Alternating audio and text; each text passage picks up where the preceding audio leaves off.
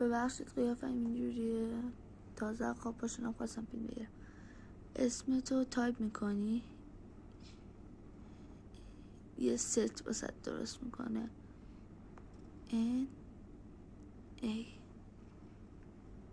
لباسم آخر سر چقدر خوشگل شد، ولی اصلا کلاه بهش نمید. اونم اینه من عینک دارم، هیچی به چی شب نداره. یه بار دیگه دفعه ترس زمینش عوض شد دوباره. لباس بسکتبالی، منم بسکتبال. تو رو خدا شلوار عوض شه، نمیخوام. نه لباس عوض شد. چیه؟ یه بار دیگه. این دفعه اسم دوستامو میذارم، اگه پس زمیناش همین دوتا باشه، اگه نباشه اسم خودمو میذارم. نه عوض شد، خودمو میزنم. درست نشم. آره سته. آخه اون بوتا چی میگه این وسط با ماچا؟ ماچا خیلی رو مخه. بوته نبود خیلی باحال میشد. بوته یه کفش آلستار بود عالی. یه بار دیگه. باز جای متفاوت. آخه کی تو ساحل چیز میپوشه؟ الان لباسم عوض میشه. این خوبه، ولی باز این آستین بلند، ولی از بقیه خیلی بهتره. همبرگر دوست دارم. چون من هی قطع میکنم وصل میکنم هی چیزش عوض میشه.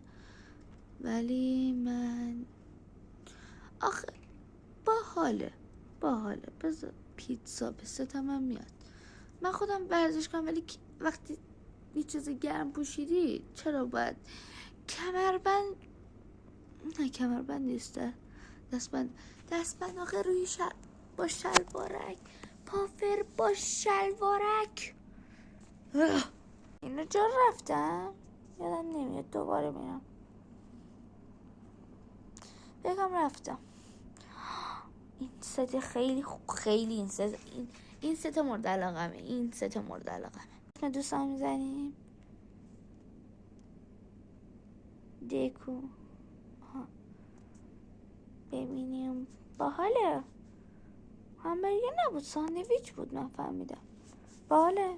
بهش نه قشنگ نیست، ولش کن. بچه ها بهم بگید کدام ست بیشتر از همه دوست داشتید. من خودم اون ست آبیه بود آخر سر زدم اون.